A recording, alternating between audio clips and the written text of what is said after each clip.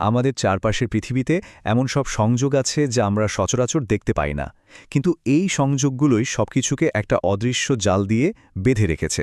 চলুন আজকের এই আলোচনায় আমরা প্রকৃতির সেই জালের রহস্যটা একটু বোঝার চেষ্টা করি। প্রশ্নটা শুনতে খুব সাধারণ লাগছে, তাই না? কিন্তু এর উত্তরটাই কিন্তু আমাদের আজকের আলোচনার একেবারে মূল ভিত্তি। কারণ এটা আমাদের মনে করিয়ে দেয় যে আমরা আসলে একা একা চলতে পারি না, আমরা একে অপরের ওপর কতটা নির্ভরশীল। একবার শুধু ভেবে দেখুন, আমাদের প্রতিদিনের জীবনে ছোটখাটো কাজ থেকে শুরু করে বড় বড় সমস্যায় আমরা কতটা পরিবার বা বন্ধুদের উপর নির্ভর করি। এই নির্ভরশীলতাই তো আমাদের সমাজকে টিকিয়ে রেখেছে, তাই না?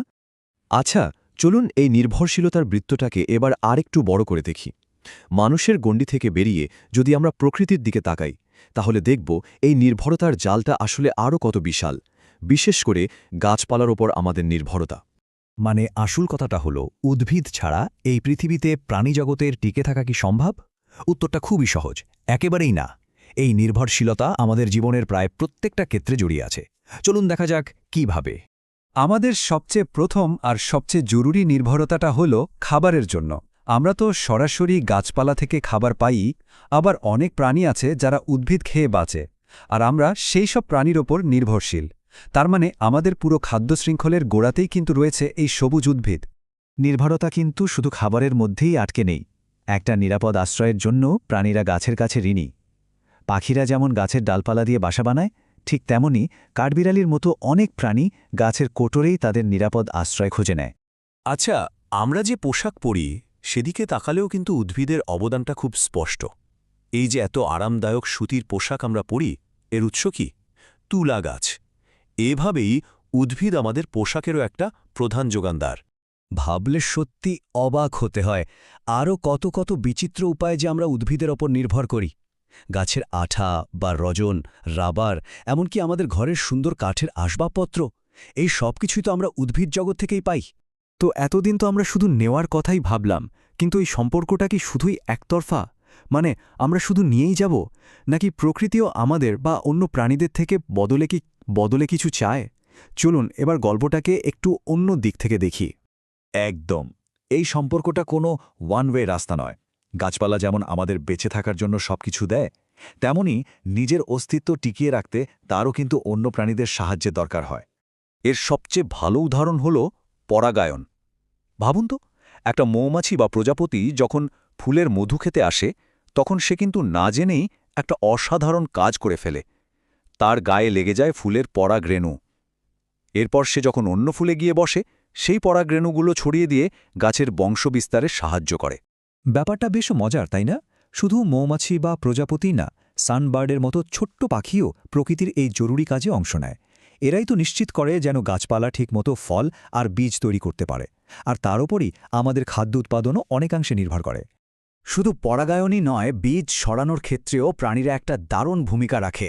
পাখিরা ফল খেয়ে বীজ অনেক দূরে নিয়ে যায়, আবার কিছু প্রাণীর গায়ে কাঁটাওয়ালা ফল আটকে গিয়ে এক জায়গা থেকে আরেক জায়গায় চলে যায়। এভাবেই তো নতুন নতুন জায়গায় গাছ জন্মায়, জঙ্গল তৈরি হয়।